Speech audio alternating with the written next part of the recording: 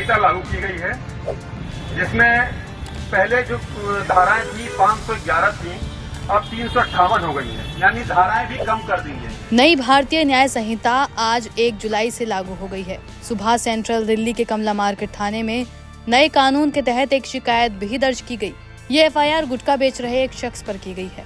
दरअसल देर रात पेट्रोलिंग कर रही पुलिस की टीम ने देखा कि नई दिल्ली रेलवे स्टेशन के पास एक शख्स ने बीच सड़क पर रेहड़ी लगाई हुई थी। वो उस पर पानी और गुटखा बेच रहा था। इस रेहड़ी की वजह से लोगों को आने जाने में दिक्कत हो रही थी। इसके बाद पुलिस ने इस शख्स के खिलाफ बीएनएस के तहत एफआईआर दर्ज कर ली।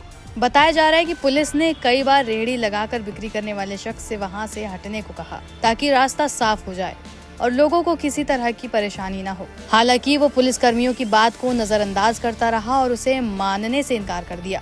उसने अपनी मजबूरी बताई और वहां से चला गया। इसके बाद पुलिस ने उसका नाम पता पूछकर नए कानून बीएनएस की धारा 285 के तहत एफआईआर दर्ज कर जांच शुरू कर दी है। ये इस कानून के तहत दर्ज की गई पहली एफआईआर है।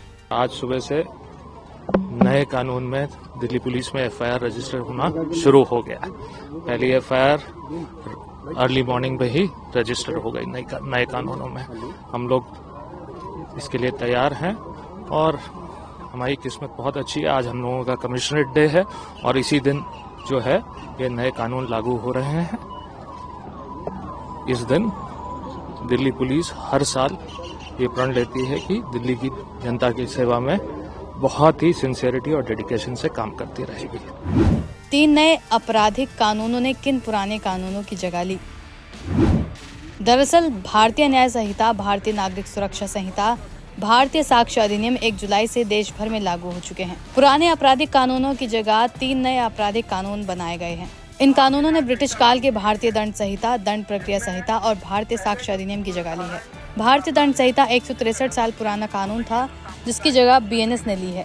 बीएनएस में धोखाधड़ी से लेकर संगठित अपराध के लिए कड़ी सजा का प्रावधान है।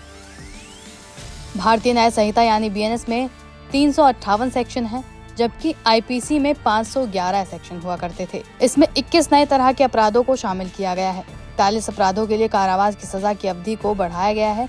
82 अपराधों में जुर्माने की राशि को भी बढ़ाया गया है। बीएनएस में 25 ऐसे अपराध हैं जिसमें कम से कम सजा का प्रावधान किया गया है। नए कानून में ऐसे 6 अपराध हैं जिसके लिए सामाजिक सेवा का दंड दिया जाएगा। साथ ही नई संहिता में अपराध के 19 सेक्शंस को हटा दिया गया है। हालांकि यहाँ गौर करने वाली बात यह है कि जिन अपराधों में मुकदमों को 1 जुलाई से पहले दर्ज किया गया है, उनमें कार्रवाई आईपीसी, सीआरपीसी और भारतीय साक्ष्य अधिनियम के तहत ही होगी। केंद्र सरकार ने फरवरी में ही गजट नोटिफिकेशन जारी कर तीनों नए आपराधिक कानूनों को 1 जुलाई से लागू करने का ऐलान किया था।